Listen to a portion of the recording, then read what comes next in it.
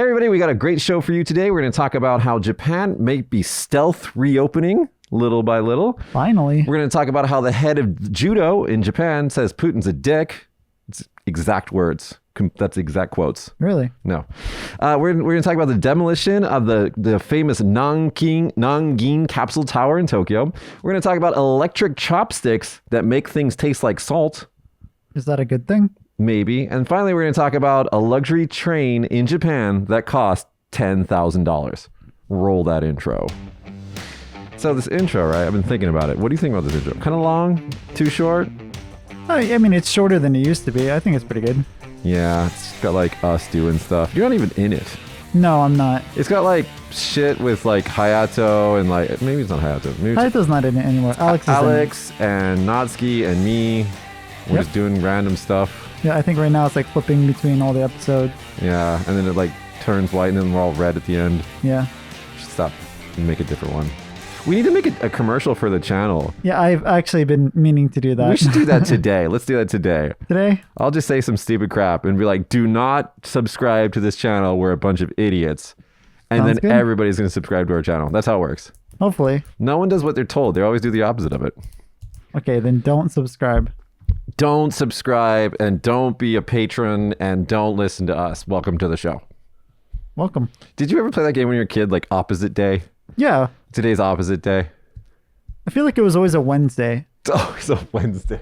Yeah, like Wednesday was opposite day. Can I complain about something really quick? I mean, it's not like I ever complain on the show, but can I complain about something really quick? Of course. So I posted something on Instagram the other day. By the way, if you guys want to follow me on Instagram, I'm Mitch #4 Prez, P-R-E-S, Mitch for President, Mitch for Prez. Yes? Don't actually follow me on Instagram. I don't post anything. I'm kind of stupid. But anyway, I posted this picture because I went out for my birthday dinner like this last week on Monday. And there's like this new tower here where we are. And it's like you can go all the way up to the roof. And like I took a picture up there. And I just took a picture and posted on Instagram. It's just me standing against the glass window. And I posted it, okay? I saw it. My staff finds this picture. And she's like, oh my God, this is exactly like another post that you had. Where, I live in the south of Japan with this guy. We live in the same house. We sleep in the same bed. I was not aware of that. No, we live in the south of Japan, right?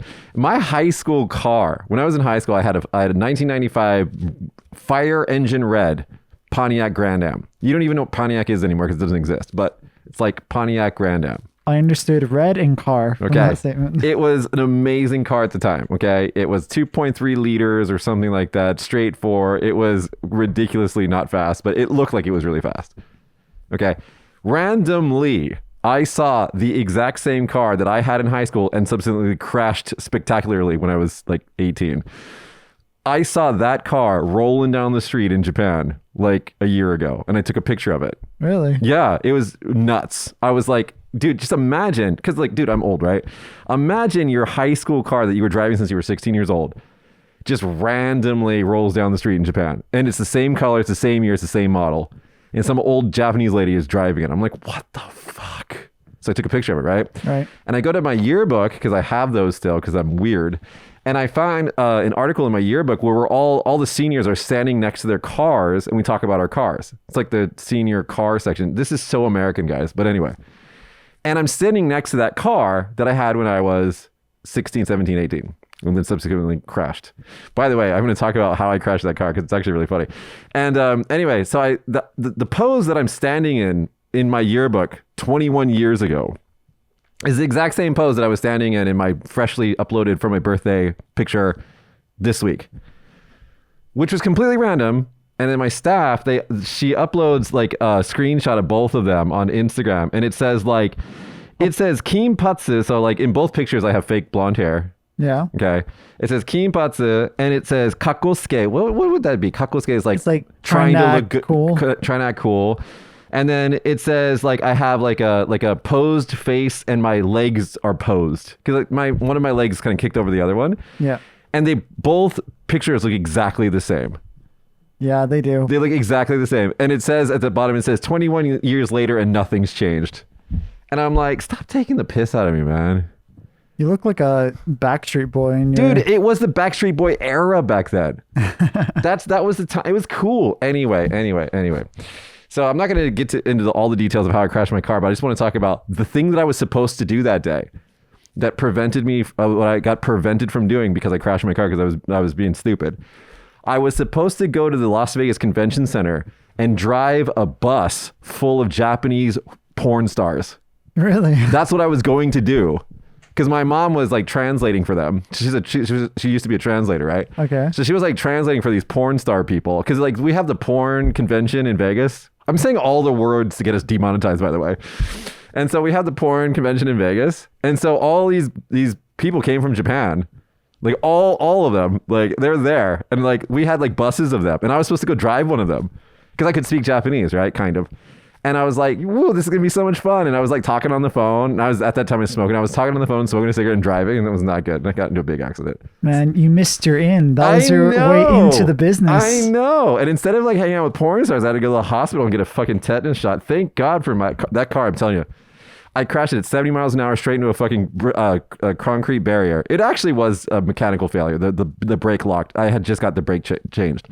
But I could have probably saved it if I was like paying attention, but I wasn't paying attention and I braked a little bit and it started to spin and I overreacted and that caused more. Anyway, straight into a concrete barrier at 70 miles an hour, which is how many kph is that? A lot. Whatever. At least 70. At least 70. More than, it's like 150 kph. And I walked away with a bloody lip from the airbag. That's it. And a bruise from my seatbelt. Well, I'm glad you lived and could live another 21 years. So I could employ you. Yeah, so I could have a job. No, like seriously. So I was on my way to go hang out with Japanese porn stars when I was 18 years old. Thanks, Mom. And I screwed it up. So anyway, that's the story of me standing. Anyways, if you guys go to it'll be gone because that's a story. But if you go I'll probably put it into the video podcast. Please do. Anyway, let's get to the news. Before we get to the news, let's talk about you. You're moving. Yeah, I'm like in the middle of moving. I woke up at 6 o'clock this morning to start. Yeah. Oh, by the way, today's show is also sponsored by McDonald's. We're drinking McDonald's iced coffees. It's just so easy. Just app it in, pick it up. You spilled a little bit. You should Shit. clean that. Freaking McDonald's. You suck at putting lids on. Anyway, you know how like Starbucks is all being environmental and they're not like giving you lids or anything? McDonald's is like, fuck the world. And just like plastic everything. I mean, at least their cups are paper. Yeah. Anyway, so how's moving? I mean, it's pretty tiring, to be honest. And if you, I actually don't know what moving is like in America because You don't know, you didn't adult while you were in America. Yeah, I didn't adult in America. So like, I don't know if it's the same in America, but moving is expensive in Japan. Oh, it's not the same. There's two types of moving in America. There's like moving in the same city, which generally, I think most Americans go and rent a U-Haul, get their friends and family out and then move. Yeah. It's like probably the most general way of doing it. But if you're doing cross country, like if your job moves you or something like that, you have to order a moving company. And that can be pretty expensive because it's usually freighted out on either a train or a truck. Well, for me, it's mostly the, what do you call it? The key money? Is that what it's called? Like Shikikin. Yeah, it's key money. That it's like really expensive. It's in usually Japan. 3 times rent. And they'll tell you in the advertisements, they're like, there's no deposit or shikikin, but for some reason there always is. Like, yeah. like my deposit was over $1,000. How much was your total like first month like payment? For everything, for the first month payment and everything, it was like almost $4,000. It's about right. Yeah. I mean, I like the place and it's good and everything, but the only thing I don't really like is the deposit. If you're ever going to move to Japan or you're planning on moving to a new place, this is something you should probably know. If you move into a room that has tatami, what is it, bamboo floor? No, it's just called tatami. What is it? Is it just tatami. Yeah. Okay, well, if you move anywhere that has tatami, they always take it out when you move, and that costs a lot of money. You can request that they don't do that. But like, what do you call it? Like after you move, okay, after living there. So follow me on this one. Okay. Depending on the company, you can tell them leave it alone because the previous person's already paid for it. Okay. To be refreshed. Okay. When you give them the money, you're paying for when you move out it to be refreshed, right? I guess so. You understand what I'm saying? So if you tell them to leave the tatami from the previous owner exactly the way it is, don't change it. Sometimes you don't have to pay that money because Really? the previous tenant just pays for the next person. I see. Well, I wish I knew that tip like 3 weeks ago. Super pro tip: don't move into places with tatami. Fuck tatami. It's. Yeah. I'm sorry. Look, if you're like trying to like go visit a ryokan, a Japanese inn, and experience the Japanese lifestyle for a day, cool. Tatami's awesome. Living in a place with tatami is garbage. Every time I've ever had tatami, I've just carpeted over it. Yeah, that's what we're planning on doing. But it'll rot. No, but they have like it's like fake wood flooring that you can put over it now that is like specifically for you're gonna have to tatami. follow directions on it because like I think you have to put down some sort of like powder or talcum or something like that. I forgot what it is, but if you just put something over it, it'll mold. Yeah. So be careful. Tatami is hot garbage to live with. It's just like tatami is this woven like it's like a straw, and it's like tightly woven together and compacted into like these straw mats. And it smells great in the summer. It looks really cool because it's Japanese, but you can't put anything on it. You can't put furniture on it because it'll destroy it. Well, I mean, it's all going to be removed anyway, so. Yeah, but the thing is if you put like rolling chairs on it, for example, it'll slowly like destroy the tatami. The tatami will get in everything. It'll like go into your socks and stuff. It's hot garbage. I hate tatami. Anyway, yeah. how's moving? So good. Yeah, it's okay. I'm a little sleepy, but I'm a not little bad. sleepy. That's what the Me and the coffee's crew for. are going fishing tomorrow, and you're gonna be moving. Sorry. Yeah, I would rather go fishing, but I'm gonna buy a new fridge and some stuff tomorrow. So Pro tip on the fridge thing: unless you guys are like looking for like a smart fridge or something like that, I would get a used fridge. yeah, we're probably gonna go look at secondhand. Yeah, so. because fridges, things that don't have like moving components in them, used is fine. The thing that you don't want to buy used is a washing machine. No, we already have one. We're Okay. fine. Okay. Anyway, all right, let's get to the news. Japan stealth reopening. Parents of foreign residents get okay to visit. So we've talked about this several times in the show. The government is just going to slowly reopen Yep. bit by bit and not tell anybody about it. If you watch any kind of variety TV in Japan, Yeah. like literally every week when I watch like the same show now, or like let's say a year ago, all the guests would be like a few meters apart from each other, and there are big glass, The acrylic partitions. yeah, in between them. Every week they're getting closer and closer and closer, and the acrylic is getting like smaller and smaller. Boiling frog. Yeah. I'm telling you, it's a boiling frog. Like I just saw it on TV yesterday, and I was like, I didn't even notice it at first. I was like, oh wow, they're like almost next to each other. So yesterday I went on a poster like handout campaign. So I like went to like 17 bars yesterday, met like 150,000 people. Oh great. Thanks. Like for me, I think that the pandemic's just done. Like you look at pictures of America, people are like, we don't give a fuck. I mean, Yeah. like the Omicron, we're gonna get to it, but it's just. The thing is, the Japanese are super. Once they get doing something, they're really like we were talking about with the vaccine rollout. Yeah. Once they get on it, they do it. The Yeah. thing is like. So think of the Japanese as like a train, right? It's really easy to once you start it going, it's going to keep going. It's really hard to turn. Yeah. So that's the problem with the Japanese society is once they got their mind set on something, it's really hard to change that. Right. So when you say, all right, we don't need masks anymore, they're like, I want my mask. It's comforting. It's normal. It's the same. But at the same time, if someone official says like this is what we're doing, then like most people will do it. Yeah, but they have to prepare them for that. There's like the lead up to it. It's not instantaneous unless it's like something shocking like Ukraine, where like all of Japan is like, you know, we're with Ukraine basically. Yeah. That can happen. But with stuff like this that you need to convince the people, they like, it's like a propaganda thing over and over and over again. Anyway, so the technicalities on this is basically family members within first degree of kinship, meaning like, you know, nuclear family people, can come and hang out and like spend time with their parents, their children, whatever.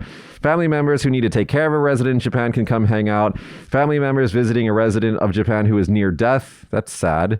Family members who need to accompany minors or those who cannot travel on their own due to illness or other reasons. All these people are okayed to land. Come on over. We're waiting in Kagoshima. It's not tourism. If you just Yeah, I come to know. help out sick grandma and then you bring her to Kagoshima. That's weird. Yeah, I mean, it's a good place to be. I'm glad that you said good place to be. Yeah, good place to live. All right, 30,000 foreign students entered Japan since COVID border curves ease. So around 30,000 foreign students have arrived in Japan since March when the government eased COVID-19 border controls. Education Minister, whatever your name is, said Tuesday. Japan's long-running and stringent border controls drew fierce criticism from impacted students and academics ahead of the April start of the school year. So even though the school year has started, they're just now going, okay, maybe you can come in. I mean, better late than never. Yeah, it's really, yeah. And meanwhile, by the way, one of our former part-time employees, she's like American University, comes back to Japan. When they went online, she came back to Japan. Yeah. And then when they went off online, she went back to America. She's like moving back and forth. No one. She visited for Christmas. Yeah, I mean, you've said this before, but Japanese people are completely free to go wherever they want right now. Technically, I am as well. Well, any resident is. So am I. Yes. Well, you're technically Japanese. I am. You buffalo. Oh, that's just a nickname from a long time ago. Chinese man gets first skilled worker visa with no time limit. This is kind of a misleading headline, but let me read it to you. 35-year-old Chinese man has become, I don't know why they're so like they want to say Chinese so much in this article. They should just say a non-Japanese person, right? Became the first person to be granted a resident status that effectively allows foreign blue-collar workers to stay in Japan indefinitely. The Infrastructure Ministry and supporting organization said Thursday. Everybody said something on Thursday. The system allows foreigners with certain Japanese language and vocational skills to apply for a resident status called a specified skilled worker number 1. Which grants working rights to 14 sectors such as construction, farming, nursing for up to 5 years. This guy, proficient laborers in 2 sectors, construction and shipbuilding, it's so random, can further extend their stay by earning the specified skill worker number 2 status. Say that 5 times fast. It allows holders to bring in family members and has no limit on the number of times that they can renew their visa. So it's not an unlimited visa. It's not like an endless cup of beer. It's like unlimited refills. So you still have to like reapply every 5 years, but you can do it unlimitedly. So that's cool. I mean, it's better than like the system that we have before. Like I am lucky enough, you said before, but I am a Japanese citizen. But I've seen the hassle that like all of the other teachers have to go through in order to like just live and work here. It's so weird because I'm actually the one that's like giving them their visas. Yeah. And I'm not technically Japanese citizen. I'm just a what is it called? Permanent resident. Wait, there is. I have a related story. Do you? Population. That's what I was looking for. Go for that.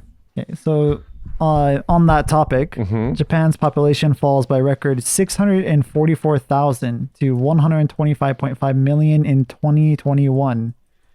So this is the largest population drop that Japan's had on record. And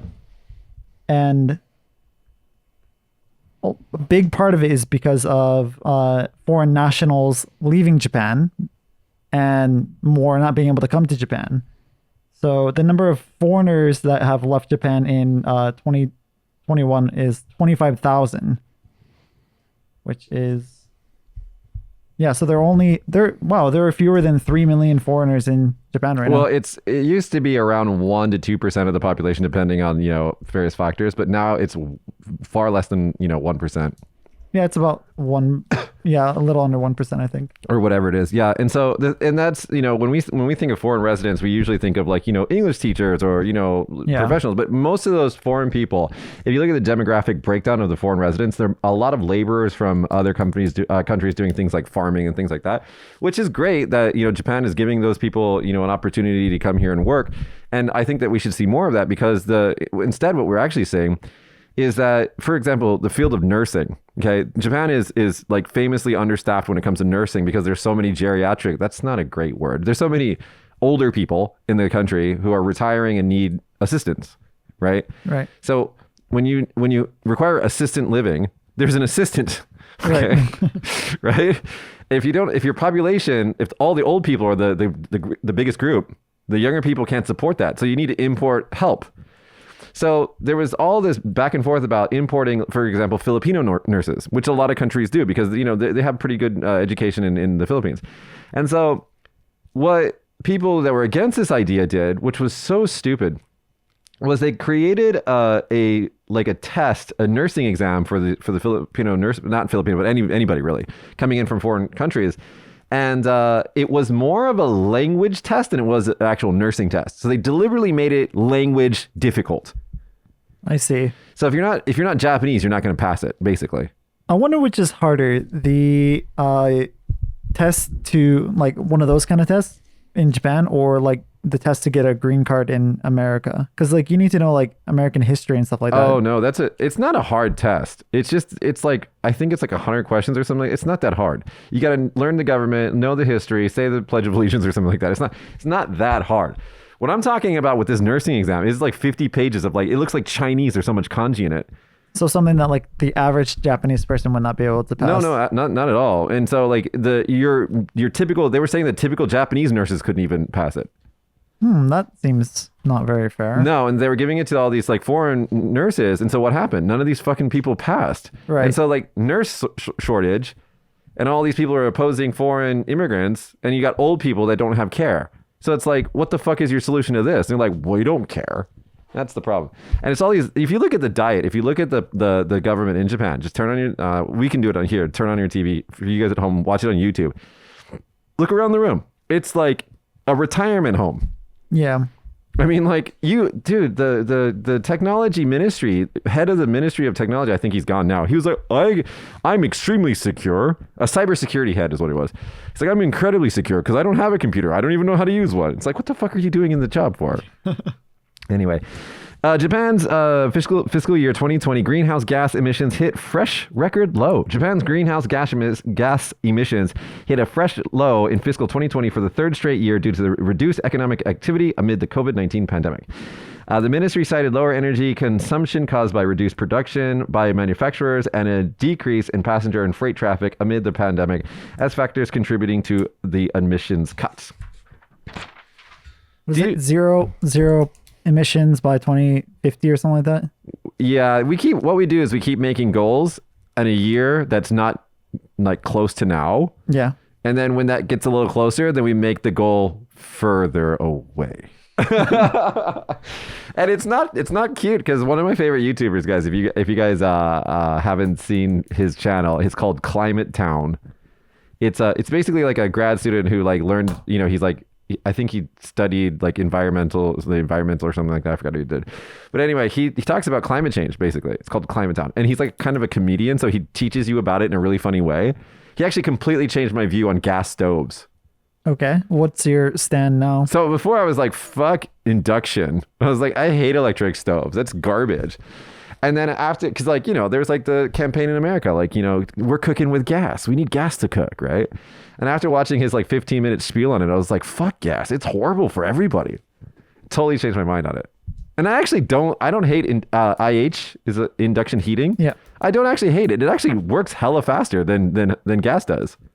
The only reason why I prefer gas stoves is like you can see the flame. So you can actually like kind of, for me, someone who's spent so much time in the kitchen and actually trained how to do everything, it's easier for me to tell like if it's hot enough for what I want to do. Yeah, but you can do that with once you get used to your induction stove, I think you can do that with that as well. Anyway, but the point is like, after I watched it, I was like, holy shit. And then this whole thing with Russia and Ukraine, right, as they're like a huge natural gas exporter, like we're buying gas from bad people to cook with it on our stove. I mean, like if restaurants and like professionals want to use gas, I get it. Okay, cool. But if you're just all the homes across the world, if we all went electric, that would save so much CO2 emissions. Right. Anyway, we're not even talking about that. What are we talking about? Oh, Japan tilts towards Hiroshima as G7 summit location for 2023 sources. Okay. Josh looked up what the G7 means. What does it mean? Group of seven. Group of seven. Then there's G7, there's G8, G20.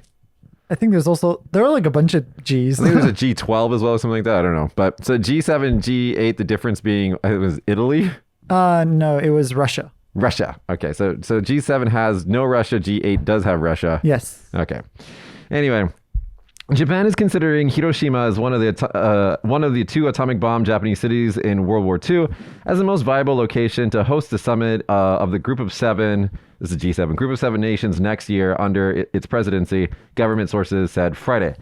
The choice of Hiroshima is seen as fitting to stress the importance of peace after Russia's aggression in Ukraine and its threat of using nuclear weapons, the source said. What do you think about that? I mean, I don't think it's really going to change anything that Putin's planning. I don't know. He just seems like he's in his own world. Yeah. Dude, like, we were talking about this on a previous show, but like, you know, all the people who were directly involved in the 2 atomic bombings, the people that were on the ground during the actual bombings, right? They're all fading out of memory. Right. So those bombings, right, it's slowly fading out of memory. Right. Right. So, like, you know, the kids of the kids who did drop the bombs might drop more bombs, and that's just, you know. And the thing is like, you guys, I've said this before on the show. Just Google it. The Hiroshima and Nagasaki bombs, right? Fat Man and Little Boy or whatever it was. Those 2 bombs were like a joke compared to what current nuclear weapons do. Yeah, I don't know the website off of the top of my head, but there's a website that like shows you comparisons of how big a nuke would be, and it has like all the different nukes that exist in the world, and it shows all the way up you to the Tsar Bomba. Yeah, and so like the old what do you call it? The one that hit like Hiroshima and Nagasaki. Like you look at the size and you're like, wow, that's devastating. Like, well, let's look at some of the recent ones, and it's like 1,000 times bigger. And there's this it's an API website that uses Google Maps. You can choose wherever. And then choose where. And so like I would just put it over like New York. Yeah. And you put it on the top. I mean, the Tsar Bomba, it doesn't exist anymore. I mean, that was that was during the Cold War when both countries, America and Russia, were making bigger and bigger nukes to try to scare each other. The Tsar Bomba is so ridiculously big, and the blast is so ridiculously big that it's like there's no real delivery method for it. Yeah. Like, the only reason why it worked is I think they either dropped it or they just left it on the ground and ran away from it, right? But like, there's no real... Can you even run away from it? No, that's the thing, is there's no practical delivery method for it because it's so stupid. But anyway, there's video footage of the Tsar Bomba being detonated on YouTube. You look at it and you just think to yourself, you're like, we are smart enough to make this and stupid enough to use it. Yeah. That's the problem. That's the problem. And you know, they always say the great filter. Okay, the great filter. Why aren't we being contacted by all these intelligent aliens out there? Because our world is a reality TV show. They're watching us. Fuck. No, they're not watching us. They're just watching me. It's my show. I'm on the Truman Show. You're just like a paid actor.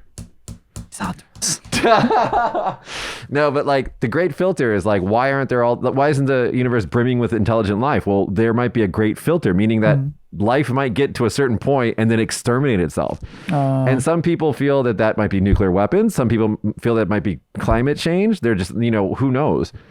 But it's called the great filter. And then that's one of the question marks. And so like, you know, here we are. I think Russia has 60,000 nukes or something, or 6,000 nukes or something stupid like that. I forgot what it was. I think they have double, you can look it up. They have double the nukes of the United States, and like a crazy person at the trigger, you know, like we have way more nukes than we have like surface area of the earth to bomb. 6,000. And so like, so they have 6,000. America, I think, has 3,500 or something like that. France has the bomb. England has the bomb. The Israelis have the bomb. Don't forget North Korea. You saw that video. North Korea also has a very cool, slick... North Korea copyright claimed us. Yeah.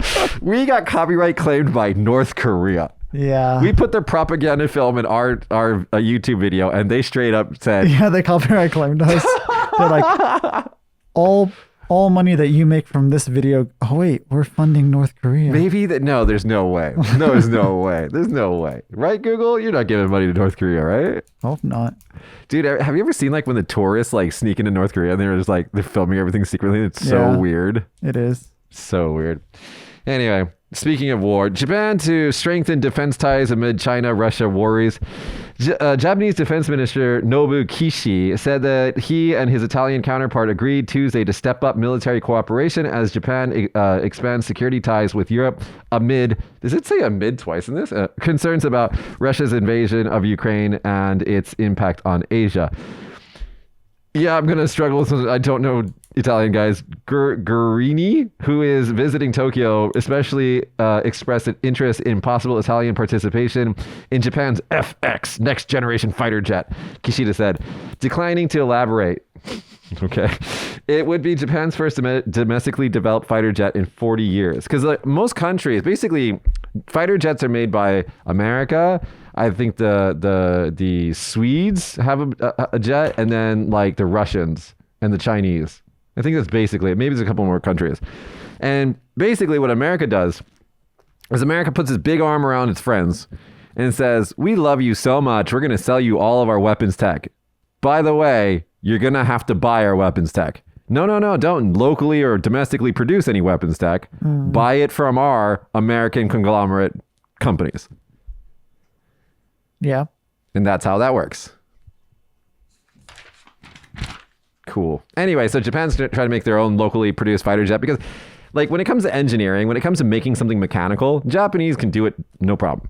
Trains, cars, you know, that's why what do they say? Like, you want your cars designed to be designed in Italy, but you want the engine to be produced in Japan or Germany. You don't want the Italians to produce the engine, right? Because it's like the culture needs to be very, very like specific and rule based. All right. And so those people are really good at making engines. Anyway, so yeah, that's kind of cool that they're going to make a plane. I don't know. Do we need do aircraft do anything in conventional wars anymore? I mean, like, I don't know anything about wars. I don't know. All right, let's go to a fun story. Let's get off the. We're gonna get off the war and get back to the war.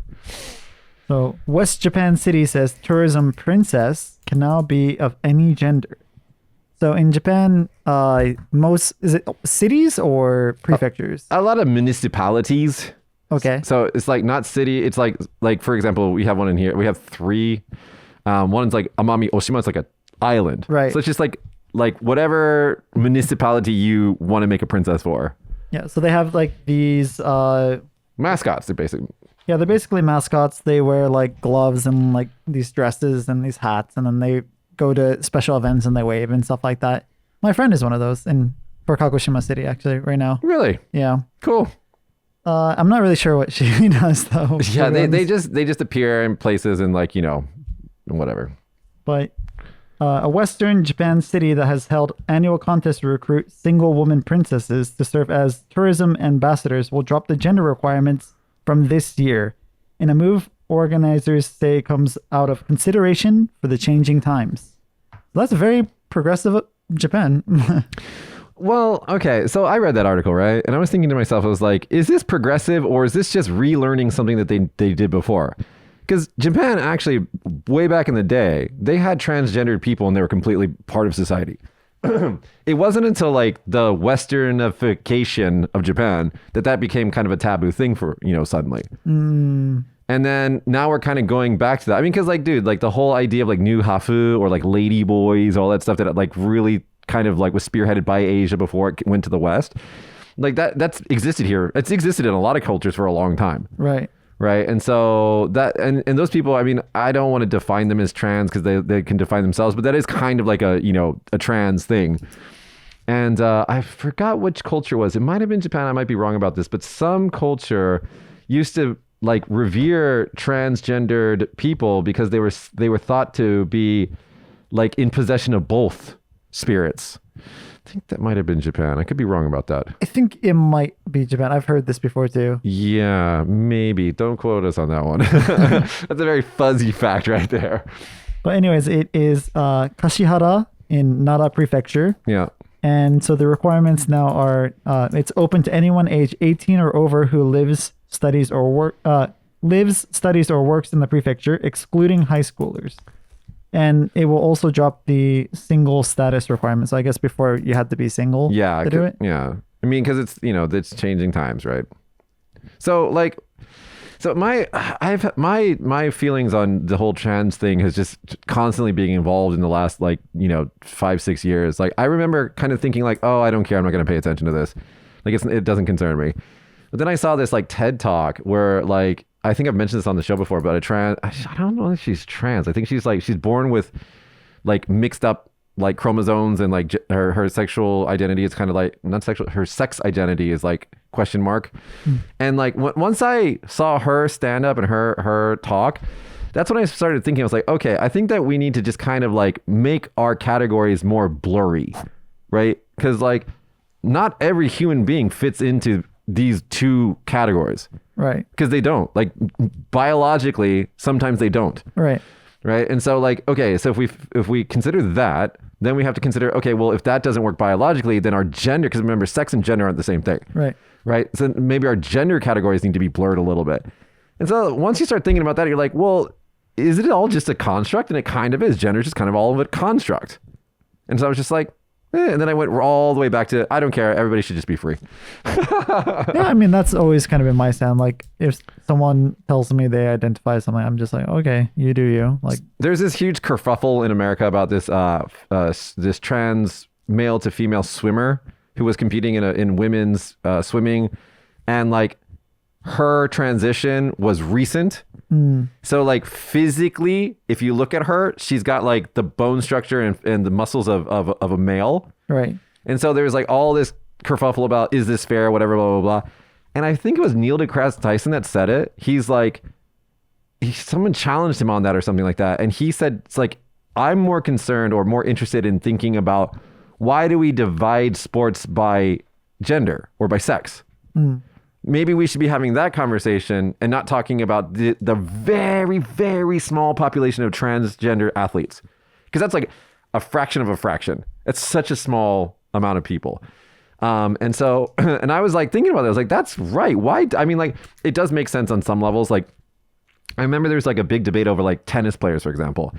And like, I think it was, don't quote me on this, I think it was Serena Williams or somebody who was like talking about how even the top female tennis players, if they go into the men's league, they'll be like third rank or fourth rank. They can't even get anywhere near the top ranks of male athletes in tennis. And the female athletes will admit that. They're like, yeah, it's just a different world. And so that does exist, right? But that doesn't always exist all the time. So for example, like if I play tennis against like Naomi Osaka, for example, I'm going to get my fucking ass kicked because I don't know how to play tennis. Right. Obviously. Right. So like, it's not 100% all women are inferior to all men. So that doesn't really make sense as a category. Does that make sense? Yeah. So maybe we should divide sports into just like ability leagues instead of gender leagues. Yeah. I mean, It was one of the things that we're talking about. And that's one of the debates that I would be very interested in having, is like, why do we divide sports the way that we do? Like, does it make sense? Is it relevant in today's world? I'm not interested in shitting on, trans athletes. Like, that's who does that benefit, right? If you think that it's unfair, well, let's think about why we do the things that we do. Because a lot of these topics, like, oh God, like the debate on abortion. I'm just going to drop all the words that we're not supposed to say on YouTube. Abortion. I hate this debate. You got the people on the right going like, pro-life, we want, protect all lives, blah, blah, blah, which, they do until the baby's born. Then there's no they don't care about welfare for you. But anyway, and on the left, they're like, no, we went crazy. Everybody should be, all women have like the right to their body, blah, blah, blah. They're not even having the same conversation, one. And two, it completely ignores the actual problem. The problem isn't abortion. The problem is that there's unwanted pregnancies. So let's spend our time fucking tackling that. Right? If there was a support network for all women who were like, for example, if you're a single mother, you're pregnant. If you know that when you have your child, that there's going to be a support network for you, that's going to motivate you much more to have that child instead of having an abortion. Right? If you know, or if you can give that woman prophylactics or birth control prior to her getting pregnant and prevent the problem from happening before it becomes a problem, that's what we should be focusing on. Right? But what are we talking about? We're just arguing past each other going, oh, pro-life, pro-choice. It's like, that's not the problem. The problem isn't abortion. Abortion is a symptom of the problem. The problem is unwanted pregnancies. We need to solve that. And it's so annoying that like politicians have these forever fights because it rallies up their voters and it gets them to come out and like rah, rah, rah. But it never solves the actual fucking problem, which is unwanted pregnancies. What are we talking about? Trans people, right? So the very small number of trans people out there, that's not the problem. The problem is that we have categories that don't fit everybody.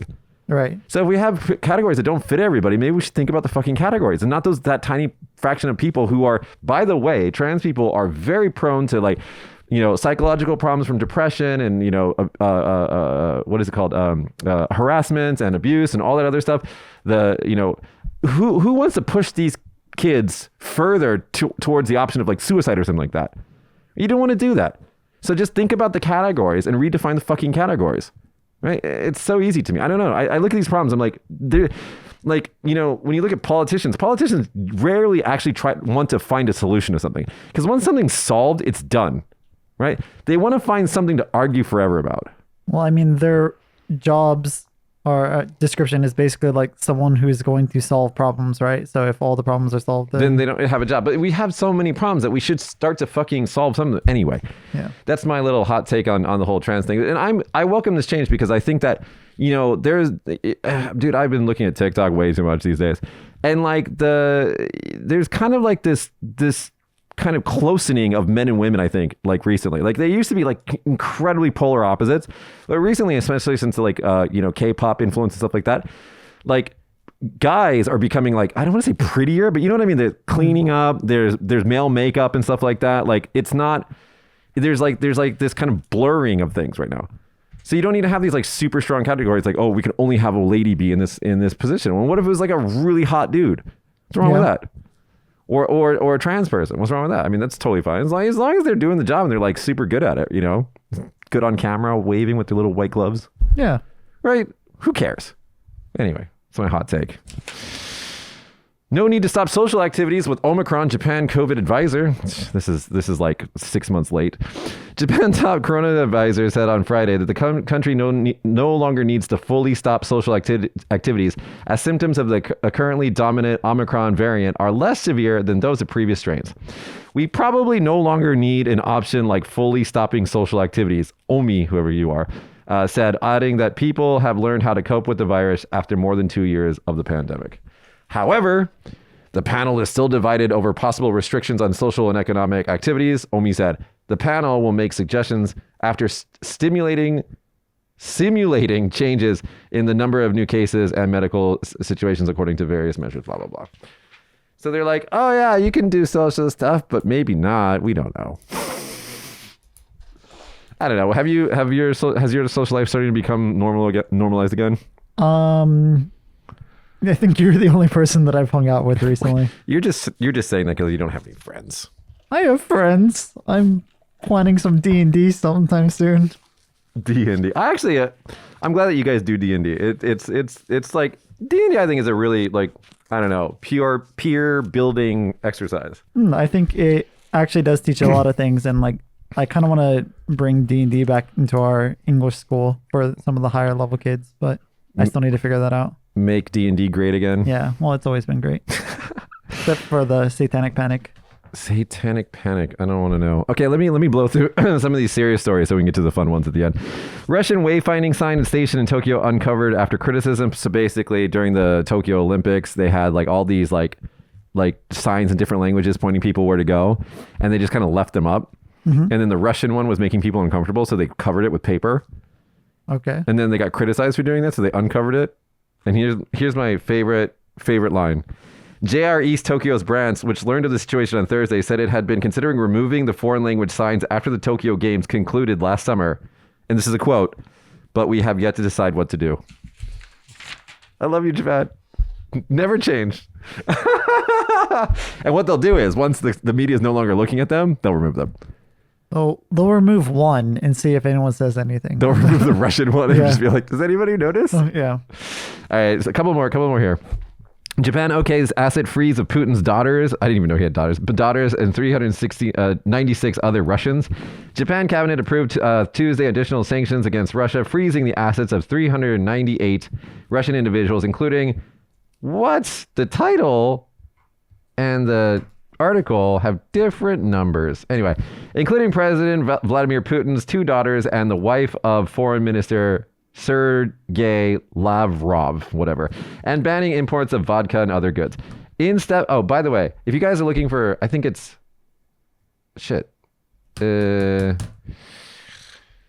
I'll think about it later. In a step with punitive measures taken by the United States and European countries, Japan will freeze assets of 28 more Russian organizations, such as those related to military business, and 2 more lenders, Sure Bank and Alpha Bank. The measure for the banks will be implemented on May 12th. So screw you, bad actors and people with money in Japan from Russia.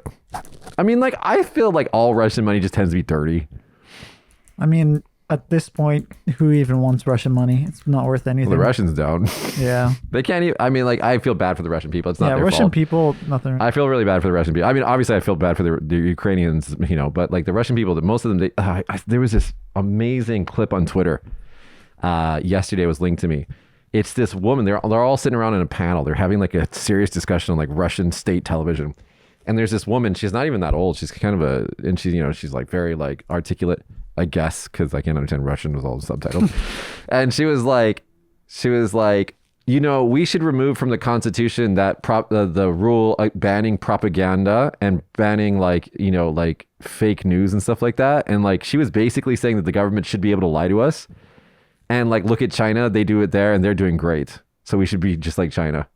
Are they doing, I guess like financially they're doing well. Well, that's a long debate for a different show. But like just seeing this woman who seemed fairly intelligent advocate for such like tyrannical leadership. Yeah. Was just like so Orwellian. I was just like, wow. I just couldn't. And then all of Twitter was just like, are you serious? Anyway, Japan responds. Well, Japan's judo head, Mr. Yamashita, responds by saying Putin's actions are not in the spirit of the sport. Listening to media reports of the inhumane acts committed in Ukraine and Russian military aggression leaves me heartbroken, he wrote on his official website. President Putin is a judoka, I think, which means like a judo like master or something. And these actions are against the spirit and the purpose of judo. This cannot be tolerated. As a judoka, my deepest sadness and thoughts are with the people of Ukraine, as well as all judo lovers around the world. I hope that these cowardly acts be halted, Yamashita said. Fuck you, Putin. Fuck you. Fun story. I give you all the light ones. All right, I guess we're going to go from judo to sumo. Nice segue. 24-year-old set to become first wrestler from elite University of Tokyo. So, Otaka Tsuyama. I hope you put pictures up for the YouTube version of this. He's just jacked, man. He made a little history on Friday when the student of philosophy passed the first part of his entrance test to enter pro sumo as its first apprentice wrestler from the University of Tokyo. So there are a bunch of different requirements to be a sumo wrestler. I think you have to be like over 175 centimeters, I want to say. Yeah, you have to be over a certain height, you have to be over a certain weight, and your internal organs need to be good. Yes. It's such a weird like requirement. Well, I mean, like their whole sport is basically like slapping bodies, right? So slamming into each other at full force. If their organs are like going to be ruptured easily, it probably shouldn't be in sumo. Yeah, but how do you? Anyway, I don't know. But yeah, we'll hopefully put pictures of him up. He's just like this jacked ass dude. But he said in the article that he wanted to be more jacked, but because gym closures due to the pandemic has like halted some of his progress. But yeah, like when you look at like your what do you call it? The stereotypical image of a sumo wrestler is someone who's like very large. They look like they're fat, but they're like very muscular. But they're bear mode, right? They're both. Yeah. This guy, he's actually pretty jacked. Yeah, he's just like jacked. He looks like a normal wrestler, not really a sumo wrestler. So let me tell you about my first time that I ever met 2 sumo wrestlers after they just got done with their sumoing stuff. And they're like in their kimono with their like cohort of fucking ladies. Yeah, I saw them when they were at the station, and there were just like a ton of ladies just like going crazy. Yeah. So not only are they super popular with the sumo fan lady girls, which is great for them, but I'm not short. I'm 6'2". Okay. So 183, 4 centimeters tall. And when I have shoes on, I'm like 187, 85, 86, 7. Okay. So I'm not short. These sumo wrestlers towered over me. Yeah. I was like, because you can't tell when you see them on TV, because they're all just kind of they look like babies, right? Because the shape of them is like baby Yeah, shape. they're so wide that Yeah, they don't look that tall. They don't look that tall. But when you see them in person, they're fucking huge. Yeah. And I was like, first of all, I don't really look up at people. And when I do, it always gets my attention. And so not only am I looking up at them, they're also just gigantic. They've got their cool hair. Yeah. What's it called? Choppa, whatever it's called. They're cool hair. And then they got like the sumo, the kimono that they're wearing because they're, no, they're not sumo mode at that time. But they're wearing these giant kimonos and they're just moving with this huge like gaggle of women. And it's just like, holy crap. It just, it breaks your brain for a little bit because it's like, when you see like, I don't know, it just shouldn't be there. What are you researching? No, I was trying to look up what's the food that they always eat. What? Sumo wrestlers, they eat like a special kind of like. Oh, it's a motsunabe, I think it is. No, it's chanko nabe. That's what it is. Chanko nabe. That's what it is. Yeah, but it's like a super high calorie. Chanko nabe is, yeah, it's like everything in it nabe. It's, yeah, I forgot about that, dude. I don't like it, I don't eat it. There's a restaurant here that has two sumo wrestler statues like wrestling in front of each other in front of a chanko nabe restaurant. Really? Yeah, and like your dad knows about it, I'm sure. But yeah, anyway, sumo wrestlers, like if you ever watch them on TV, like they don't look as big as they actually are. And I was actually kind of imagining when I saw those two, I was like, if he got in that sumo squat and just lunged at me, It's like getting hit by a car. No, it really is. I mean, like they probably weigh more than the KG Dosha cars in Japan. They probably do. They probably can't ride in those. Oh yeah. Yeah, they're huge. I mean, they weigh like what, 100 some odd kilograms. Well, this what do you call it? The what's his name? Whatever. But he was only 180 centimeters. Yeah. And he's like 104 kilos, I think it said.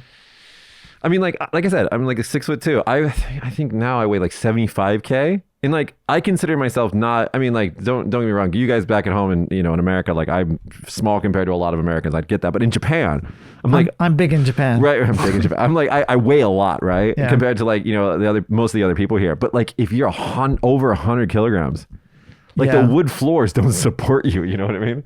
Yeah. So anyway, let's talk a little bit more about the negative things before we get into funny things. Yen tumbles to near 20-year low. Actually, this could be positive if you're coming to Japan against the US dollar. We've been talking about this a lot. Right now, it's like 126 yen to the dollar. And because they keep printing money, because I don't know why, it's called ultra easy monetary easing. AKA printing money. I guess their target is to go to it says dealers may test the 130 line after surpassing the 125 yen threshold, he said. The rapid weakening of the yen has raised concerns about the negative impact it will have on Japan's economic recovery from the coronavirus pandemic at a time when energy and commodity prices are rising. A weak yen inflates import costs for the resource-scarce Japan, but helps exporters by boosting their overseas profits when brought back home. We've talked about this before. One of the weird side effects of this that I didn't really think about, like we're still paying Ricky. Yeah. His remuneration. Hey Ricky, how's Ricky. it going? But Miss like you. the amount that we're paying him doesn't change on our end, but the amount that he gets on his end is like wildly fluctuating right now. That sucks. So he mentioned that because we sent him like, the documents like, okay, payment was gone through, here it is, blah, blah, blah. And he's just like, I think he said something about the war in Ukraine. It has nothing to, I don't think that has anything to do with the end right now, but like, he's like, man, that sucks. I'm like, that does suck. I didn't think about that at all. But yeah, that sucks. Let's keep going. Demolition begins at iconic Nakagin Capsule Tower. So this, if you guys don't know about this is in Tokyo, and we'll put a picture of it up if you remember. I will. Okay. It's how would you describe it? It's a bunch of cubes with like circular windows in them. I think this is my first time ever seeing it. Really? You used to live in Tokyo. I did for 2 years. I didn't go out a lot. So this you didn't go out. I didn't have any friends. I didn't go anywhere. This building is iconic, and a lot of tourists, especially foreign tourists, would go there and take a picture in front of it. And it was built during the it was built 50 years ago, okay? And the idea was that each one of those cubes were supposed to be removed because they're just bolted onto a central core, those cubes, okay? The idea is that they're supposed to be removed every 25 years and replaced with newer versions of themselves. And how many times did they do that? 0. Not once, okay? But that was the idea. Like this was conceived by this crazy architect as being like a what is it called? Like a there's a word for this, a modular building. So you could remove parts of it and replace it. That's pretty cool, actually. And the interiors of each one of these cubes would change with it, right? But they never ever did anything with it. Oh, that's a waste. Yeah, it says built around 2 central cores. Each capsule is secured to the structure using 4 high-tension bolts to make it easily removable and attachable. Each capsule has a space of around 10 square meters, outfitted with furnishings and appliances. Until the coronavirus pandemic, it was common to see foreign tourists taking photos outside the capsule tower building.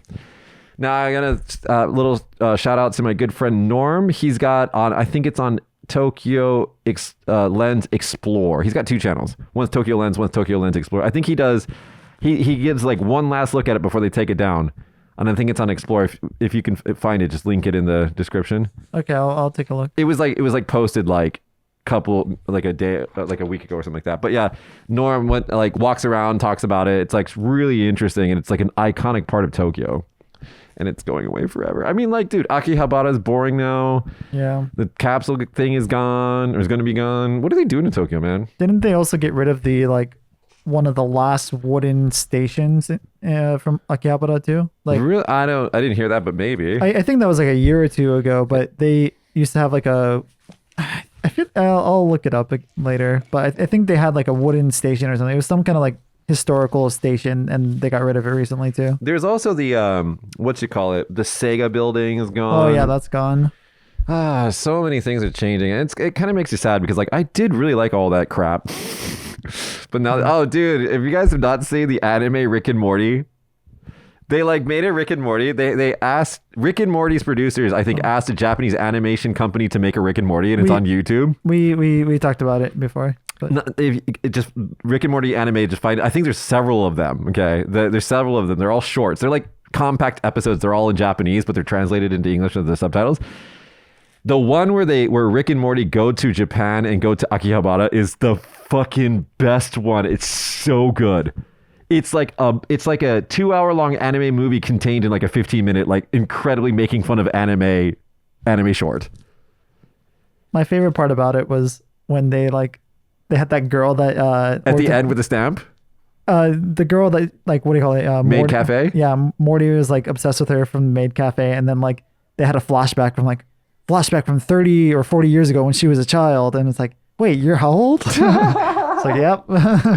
It's so good. You guys got to watch it if you haven't seen it. But why are we talking about? Yeah. So that's one of the running jokes in there. They keep saying like, Akihabara is super boring now, blah blah blah, whatever. Let's go to a story from you.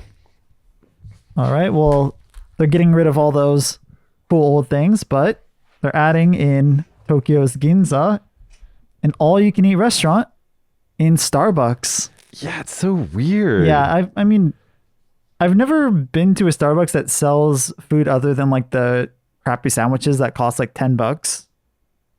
Have you ever seen a Starbucks that sells like normal food? No, it's always just like pastry shit that's going to give you diabetes. Yeah, but apparently they have like an Italian-inspired menu. There's like liver and pasta and pizza and sausages, and it only costs 3,000 yen, or as you said before, because the yen is so weak right now, only $24, 24 US dollars. You can, and there's no time limit. So you can just sit there as long as you want, eat as much as you can. People do sit at Starbucks forever. But it's only from 5 p.m. and only one beverage is included in the deal. So it's not all you can drink, just all you can eat. It's just all you can eat? Yeah. It's weird. Yeah, it's kind of strange that they did this in a Starbucks. If you've never listened to the podcast, How I Built This, if you like decide to start listening to that one, the introductory episode that I recommend is the founder of Starbucks. Because in that podcast, they talk about how these founders of movements and organizations and companies, mostly companies, like created their thing. Starbucks is really interesting because the Starbucks founder and CEO was like kind of like a Steve Jobs figure, where he was once ousted and Starbucks started going in the wrong direction, and then he was brought back to lead it again. And one of the things that they were doing wrong when he was gone was that they were, and you will appreciate this, they had food. They introduced a lot of food in a lot of their establishments, And some of the food that they introduced would directly conflict with the aromatics of coffee. Right. And they had no idea about that. Like the people who were making these decisions didn't know what they were doing. Right. And he's like, why were you putting these things together? Like, this doesn't make any sense.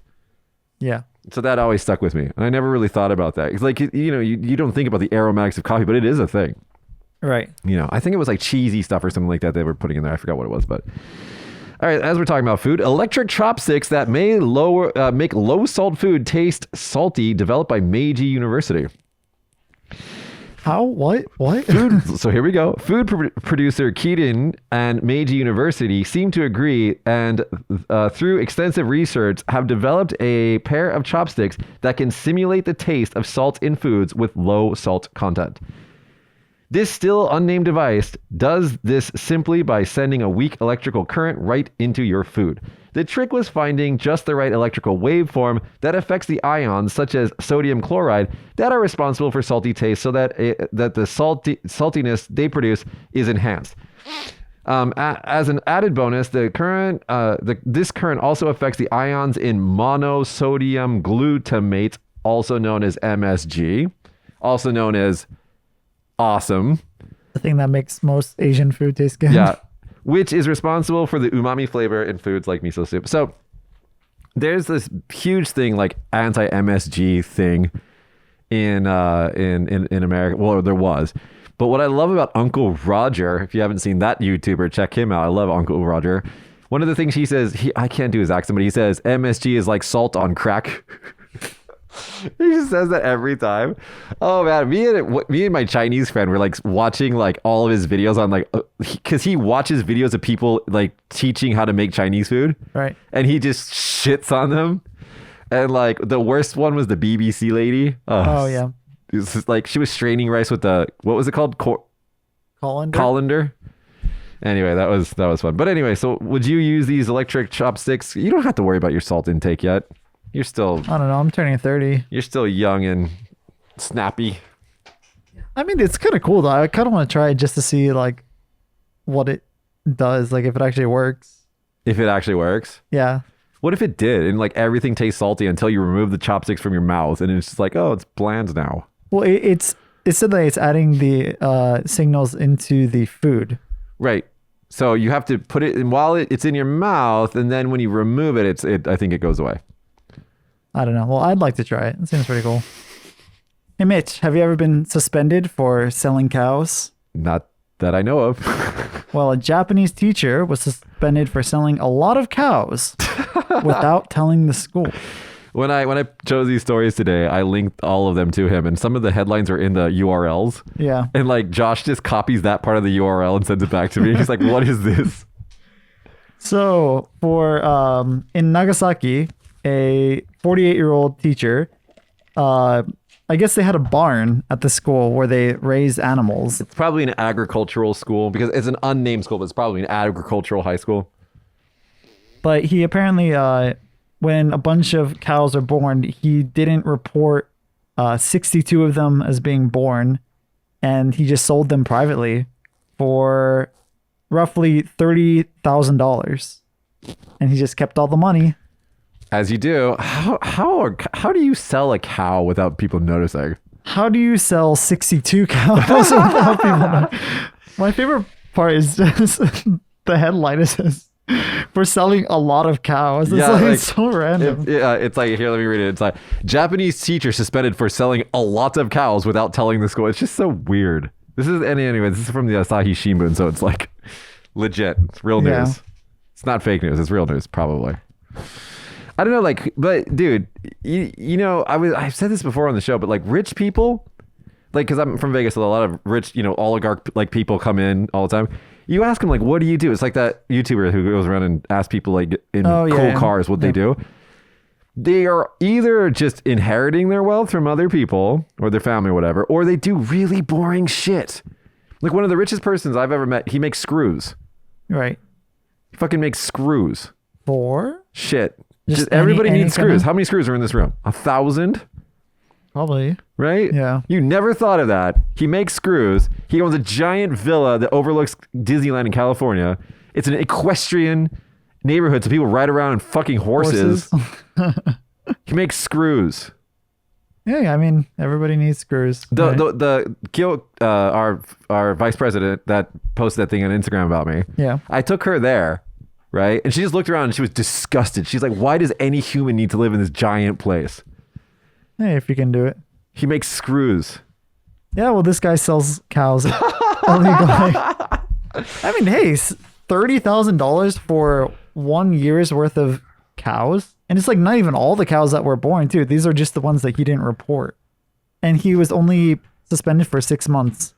Well, it's like he didn't need to work anyways because he made like a year's salary by selling. I'm sure they cows. took the money away. Maybe, who knows?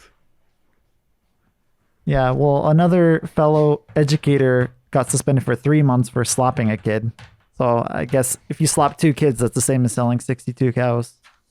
There should be like a conversion table for that somewhere.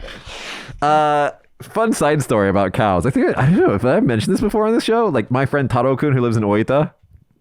I'm not sure. So I had a Nikkei gene friend when I was because our moms were friends, Japanese moms being friends, and they were like, oh, let's put the kids together, and we're the same age, right? Right. And his name is his name is Taro, Jonathan or Taro, whichever one you want to call him, right? And he's like full-blooded Japanese, right? And he spent a lot of his summers living in Japan, and he speaks both languages perfectly, and and I've been friends with him since I think we were like 4. And anyway, we went to the same high school, went to the same university, went to the JET program together. I came to Kagoshima, he went to Oita. Anyway, when he was a kid, this fucker, okay, because you've met him before, right? Never? No, I've never you'll met meet him sometime. He's really weird. But anyway, when he was a kid, he convinced all of us that when he was in Japan, he had a pet baby cow that he used to ride around in his house on. This is what he fucking told us all. And we don't know shit about Japan, so we all fucking believed him. And so we all were like walking around with this information in our heads that this fucker made up on a whim one day. Yeah. And then later on in adult life, I bring this up and I'm like, remember when you convinced us all that you had a baby cow when you were in Japan? You used to ride around on it. He's like, I never said that. I'm like, you fucking said that. He doesn't remember saying it. So Taro, if you're listening to this, you fucking baby cow liar. Seriously, so all of us like fucking idiot white people were like, oh, so everybody in Japan has a baby cow they ride around on. Like, yeah, that's how they make their Wagyu so tender. They let their children ride on the cows. See, you're saying they. You're a citizen of they. Oh, yeah. We. My children, someday, we will have a cow. I find it hard to figure out what to do with pronouns on this show because I consider myself a piece of the community here, obviously, right? Yeah. So, but I always say kind of like otherisms about both my home country. True. I do that for both sides. I do it for both America and Japan. I just consider them both like foreign to me. Do you know what I mean? Yeah. Well, I mean, until you ride a baby cow, then you're not really a Japanese person. How many baby cows have you ridden? None. Someday. Tokyo police post tweet to to put people's mind at ease, but creep them out with the weird illustration. Make sure they put this in the YouTube video. The Japanese term Junkai Dennaku translates to patrol contact or patrol communication. It's the practice in which officers from the local police box knock on doors of local residents and businesses to ask if they have any questions or requests about policing practices.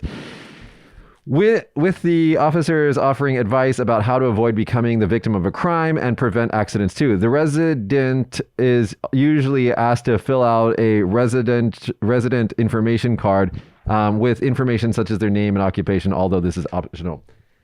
So this is like so they tweeted about this and they had like this picture, this illustration. Well, because Japan has to make everything into manga and anime, right? Right. The problem is we'll put this in the YouTube video, but like the problem is like it's like a mom and her kid opening the door to a police officer, and they do this like once a year. They come around, they ask who lives in your house, and they take down your information, they talk to you. It's kind of weird. I don't really like it, but they do that. Okay. But you don't have to do that, right? Well, you don't have to, but they don't really make it obvious to you that you don't have to. Oh, well, I mean, like I've never actually answered the door. I'm always at work, right? And then they come during the daytime. So I've never once done that. So, they come to our business as well. And so our staff talk to them. But anyway, so the picture has like mom, kid, police officer. But the weird thing about the picture is they don't have any noses. Okay. So they're all just like noseless people, and it's kind of creepy looking. There's also another story that didn't get printed, but I'm just going to read from my phone. Okay, so this is in conjunct. This is like kind of like along the same line. This is actually a pretty serious topic, so I want to talk about this. 63% of people with foreign roots in Japan questioned by police. So a total of 62.9% of people in Japan with foreign roots were questioned by police over the past 5 years.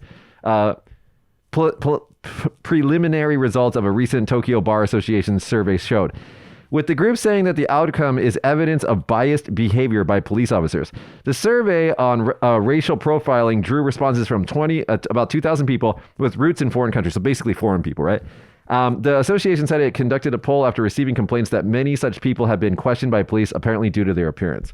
Well, you said basically foreign people, but that also includes people like me who are mixed, but are like maybe born in Japan. So like Hayato, for example. Right. So what this means with like people that don't look Japanese, like right. they're dancing around the not saying that, but that's what it means. Right.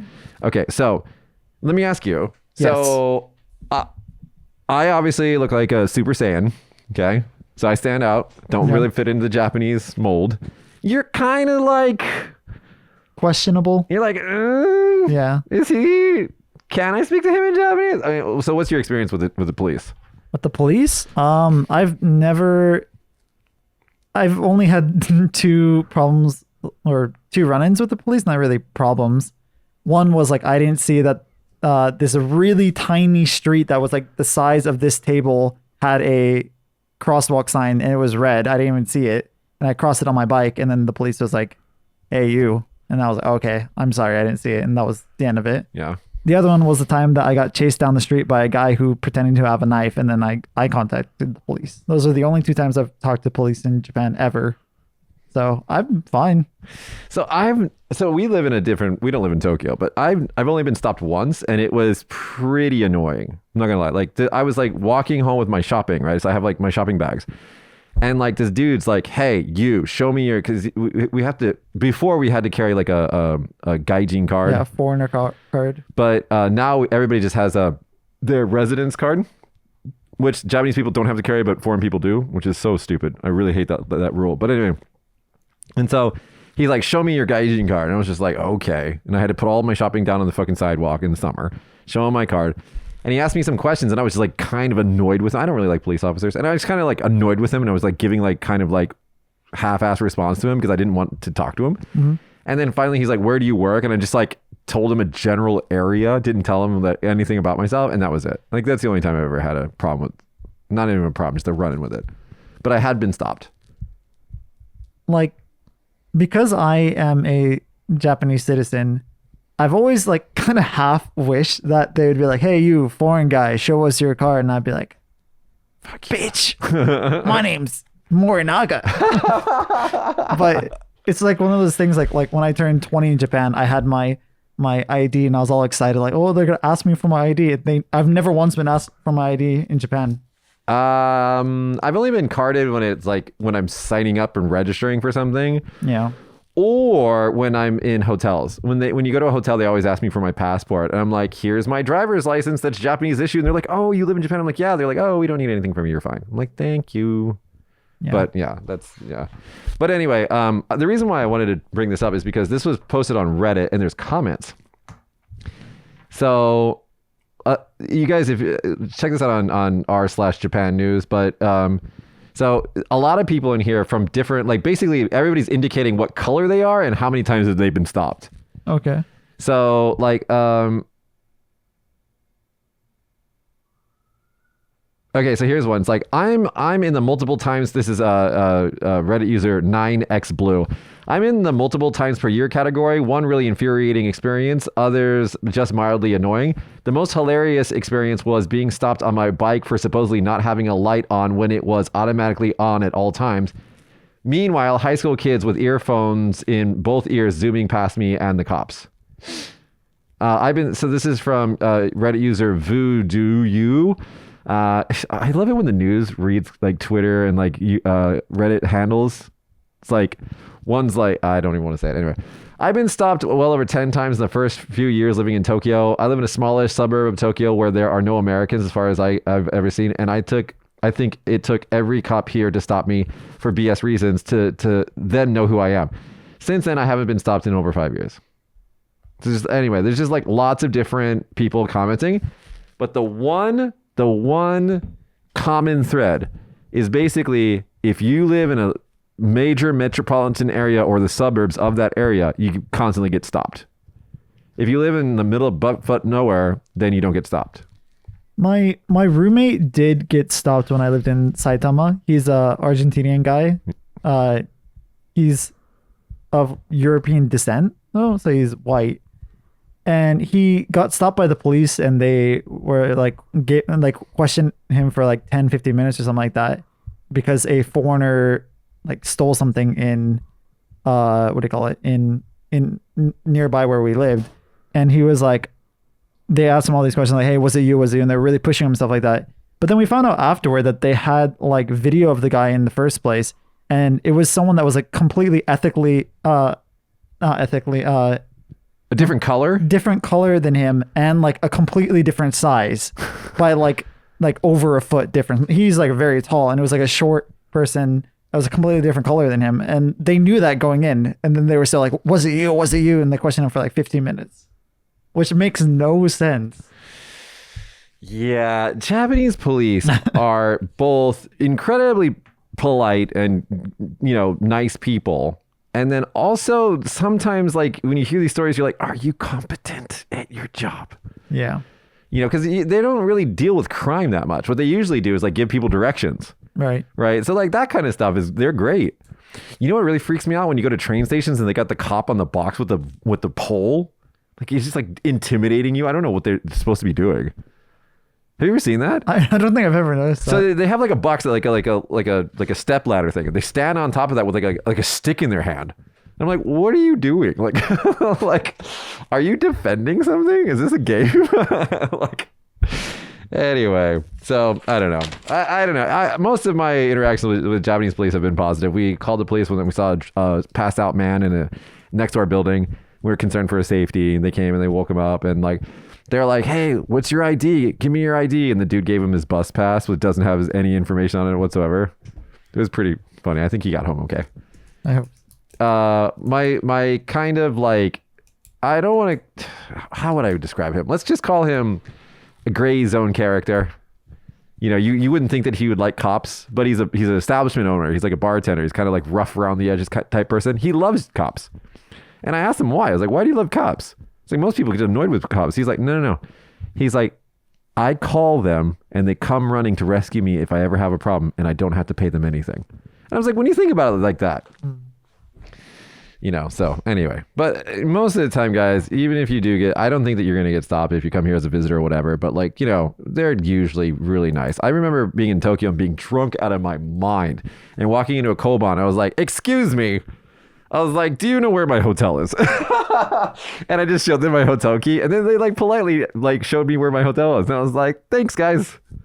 So they you know. That was nice of them. Yeah. That was like 15 years ago. All right, let's go to your two stories, and then I'll end on the luxury train. This is a single story, but okay. So the next story is about my favorite Japanese TV show. Like, I'm not even being sarcastic. This is my favorite Japanese TV show. Oh God. So, oldly enough, Netflix show sparks a global debate on parenting and child safety. What's its Japanese title? Hajimete o Tsukai? Hajimete no Otsukai, yes. So it's basically a TV show that they've had from forever ago in Japan. It means my first errand. Yeah, where they, what do you call it? They find parents who have like little kids that are between the ages of 2 and 5 usually, and they have them they give them a quest. It's like, go to the fish market and buy some fish because mom is busy. And like the kids don't realize they're on a TV show, and they have like 100 people that are dressed up as just like random pedestrians or working at the shops or whatever, or policemen or whatever, with cameras. And they just film the kids who are mic'd and they don't realize they're mic'd, like going to the store for their mom. And it's just like, It's my favorite show. It's so cute. I cry every time. It's so cute. So yeah, so that's the positive side of it. But Yeah. the criticism. So what happens is this has been going on for years in Japan. Okay, show is really old, and the Japanese moms love watching this because it's like it's. Hold on. There are pigeons attacking.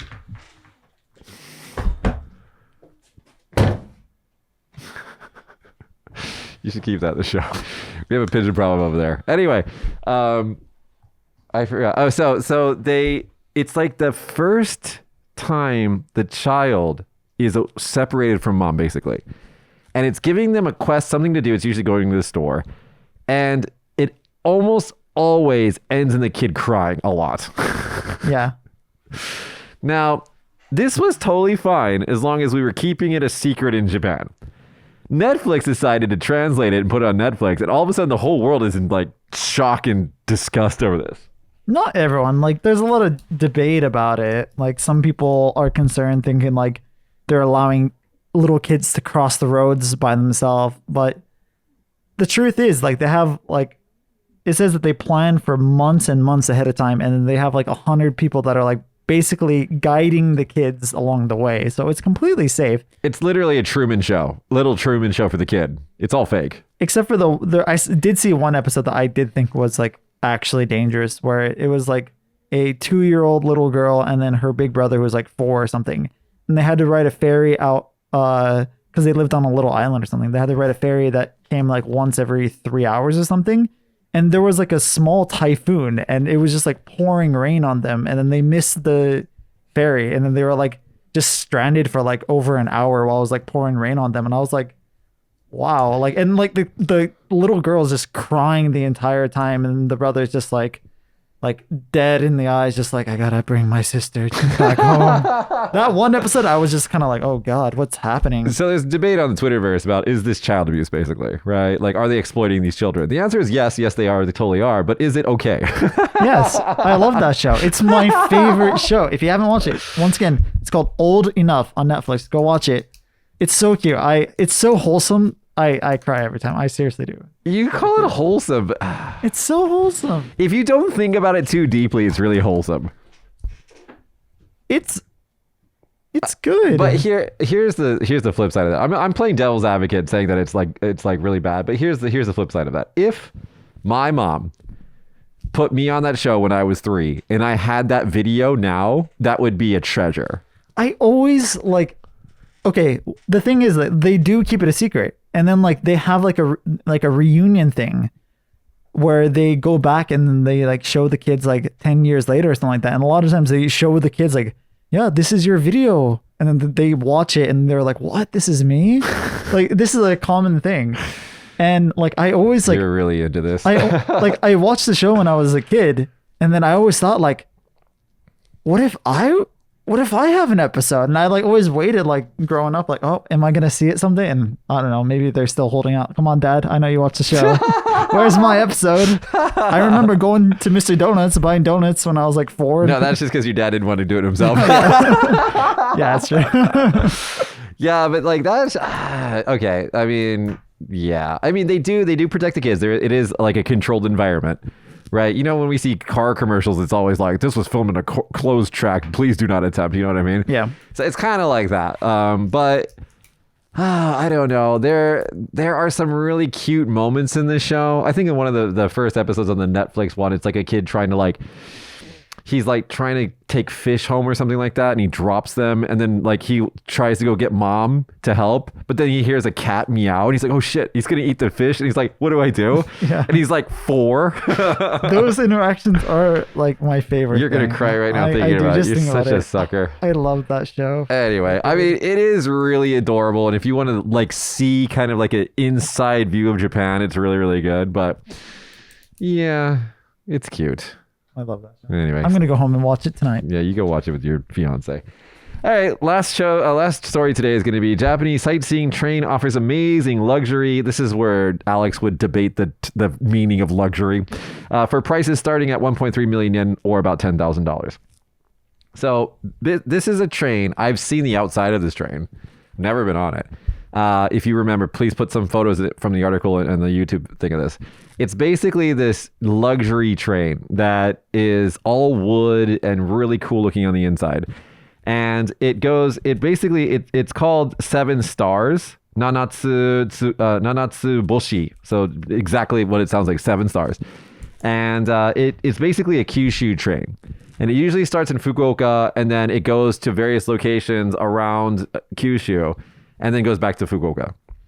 And right now it's on the Kirishima course, which comes here to Kagoshima from Fukuoka. It goes,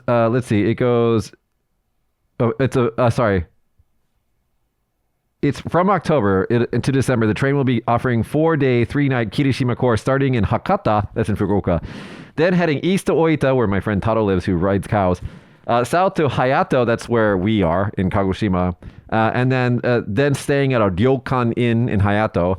And then coming back to Saiki before returning to Hakata. And on the train, there's a tea room, there's a bar lounge, there's a gallery shop, and then there's a room. It's incredibly luxurious. It says the level of luxury obviously carries a huge price. Rates vary by exact room type, but range between 1.25 to 1.7 million yen, or 10,000 to 14,000 US dollars. I can't even imagine spending so much money on something like that. Like, I don't know. It's like something I can't even imagine it, spending that much money on like a ticket. Well, let's just get out of our tax brackets for a minute here and get up to if your annual income, right, is like, I don't know, $20-30 million. Okay. Okay. It doesn't even have to be that big. It could be $5 million. Okay. So you're comfortable. You're not ultra rich, but you're comfortable. Okay. $5 million income. I mean, $10,000 is a very small little percentage of that. Yeah. It's just pennies to these people. Gotta sell some cows. It's like, what do they say? Like, if you go to a restaurant and you have to ask the price, you can't afford it. Yeah. Right? Like, I think it's Nobu in Vegas famously didn't have prices on the menu or something like that. And it's just like, you're like, how much is it? Like, then you can't afford it. You should just go to a different restaurant, sir. No, but it's a different world. Those people are just on a different level, and they're like, when you talk to Alex, he deals with these people sometimes. Right. He's like, they're very difficult to please. Well, I mean, if you're paying $10,000 for a ticket, then, I mean, it better be worth $10,000. What was his name? Hefner? What was the Playboy guy? Hugh Hefner? Hugh Hefner, I think that's his name. I always thought about his life. I mean, how much did that dude, how many chicks did he go through? I mean, is that something I can Google? Let's find out. But after how many times do you just get bored of it? Do you know what I mean? So for him, it's almost like sex was ruined. Yeah, I can see that. You know that show, something about Raymond, I think it is, or everybody loves Raymond. Everybody loves Raymond. That's what it is. Like, there was this episode where he's like, oh my God, the wife is going to have sex with me today. It's like the whole episode, just the one time that they're going to have sex. Yeah. Like, if you're on that level, the one time that you do get laid, it's like the best thing in the world, right? But if you're Hugh Hefner, it's like a morning, afternoon, and evening thing with different people. It's like, who cares anymore, right? It says he slept with about 1,000 girls and more in his lifetime. I don't know what the "and more" means, but it doesn't say 1,000 or more girls. This is 1,000 girls and more. Again, humans have this amazing capacity to adapt to their current situation. Yeah. Things are only amazing and things are only fresh for a day, and then all of a sudden you adapt to it. You're going to feel like your new apartment is so spacious and so wonderful, and then a month from now you're going to be like, oh, it's so small, I want a different place. Like that. It's just, humans have this capacity to do that. Yeah. And so if you're well off to do, you got money, I mean, it takes a lot to please you. And that, I don't know if that is actually a good thing. Well, I mean, I kind of agree with you, but I don't think it is all people. I think there is, what do you call it? You should just learn to like what you have, right? Well, what do you call it? Settle, basically. I mean, that's you really hear that, people? Fucking settle. Well, Advice from Josh. I think it's a Bo Burnham song. Actually, it's like, if you want to find love, then settle. Yeah. And that it's not just for love, but for everything. I think like if you're always gonna want more and more and more, then you're never gonna be happy. So you just gotta look at what you have and be like, yeah, that's good enough. I don't know what the right attitude is to have. I'm always looking for something. I don't get motivated by money. I don't get motivated by sex. I don't get motivated by fame. The only thing that motivates me is when something is interesting to me. When I was on TV, it wasn't like, oh, I'm going to be on TV, everybody's going to know me. That was actually a really annoying side effect of being on TV. Like you saw this. Yeah. Everybody's like, oh, I saw you on TV. Hi. That's really annoying. The thing that was interesting to me about TV is that something I never did before, and I didn't know if I could do it. So I was just like, because it's live. I'm fucking speaking a foreign language live on TV, have to be funny and charming. And I was like, this might be fun. And it like was really, really interesting until I got really good at it. And then it got really boring.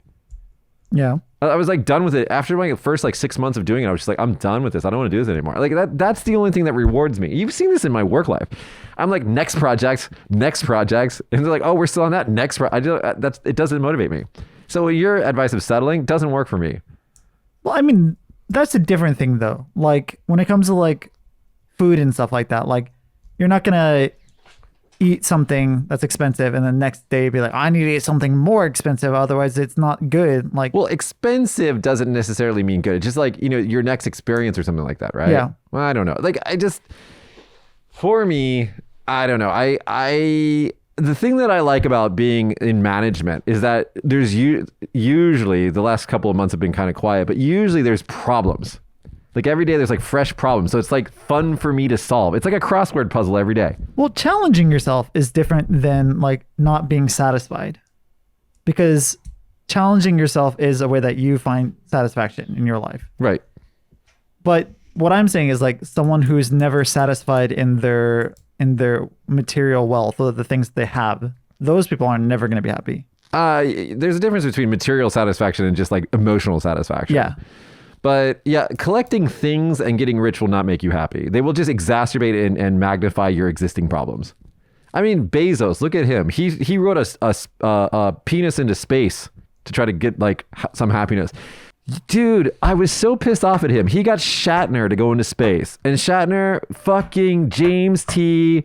Tiberius Kirk, okay, went to space, came back down, and it's like the cameras are rolling and William Shatner goes to say something profound, and moron Bezos with his stupid hat and champagne starts talking over him.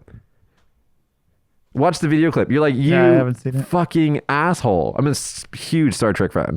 I'm like, no one wants to hear you and your crazy billionaire laugh, which is also a meme on the internet. Yeah. Like, fucking let Shatner talk. Anyway, and so he just ruined the moment completely. I was just like, you fucker. Went to space with your space penis. I mean, that was one phallic looking rocket. Hey, whatever. If you could go to space, would you go? I don't think so.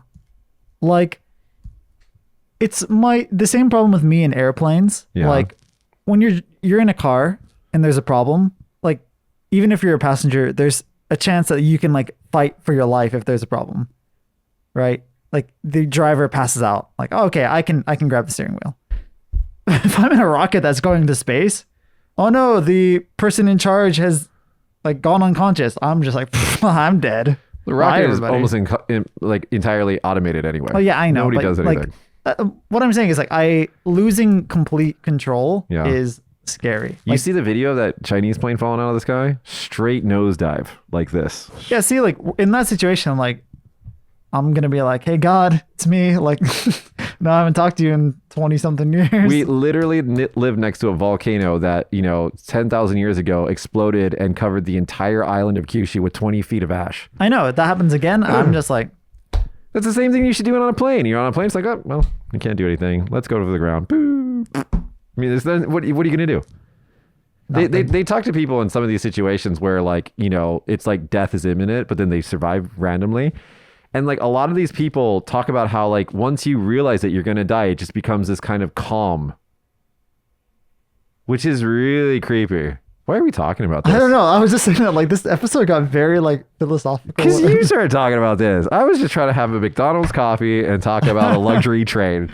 Sorry, guys. Anyway, Anyways. that's been today's show. I think we went on for an hour and a half. These longer episodes actually get more listens and views. So I think people put us on in the background and then do something and ignore us. Probably. Don't ignore us or do ignore us. Wait, what do we remember at the beginning of the show? Don't subscribe. Don't become a patron. We got a new patron. We did. Thank you. What are we going to do with all this? I think what we're going to do is we're going to save up and get the podcast microphones. Oh, I thought you were going to say that we were going to buy a train ticket. No. We just need to save up for like 10 years. I have no intention of ever going on that train, even if I could afford it. Like the concept to me just doesn't resonate. I don't do luxury. Like I don't get it. Like when people are like, this is my luxury car. I'm like, you mean your non-agile, hard to drive car? Like I don't get it. Yeah. I don't get it. Anyway, that's been today's show. Thanks for listening. Yep. And special thanks to our new patron, Ellen. Ellen. Yes. Ellen. Thank you, Ellen. Thank you.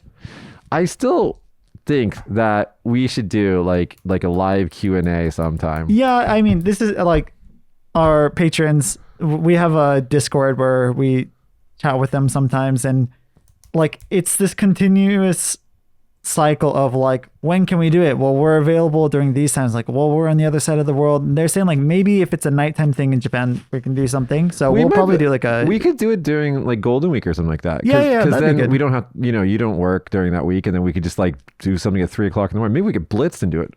Well, yeah, that's what they were saying is like, it'd be cool if we did something like the Reddit episode that we did. The RPAN. Yeah, where we're drinking and That could be cool. chatting with them. So That'd be cool. patrons, let's drink and talk about stuff. Yeah, and I got an email actually from one of our listeners. He sent me his resume. Thank you for that. By the way, again, if you are living in Japan and you are looking for employment, we are looking at resumes at least. Yeah. So send your resume to mitch@stapleton.me and I'll take a look at it. Anything else you want to talk about? Good luck with your move. Thank you. Try not to go crazy. I'm going fishing tomorrow. See ya. That sounds like fun. All right, guys, that's been our show. Thanks for listening and watching. See you guys next week. Bye. Bye.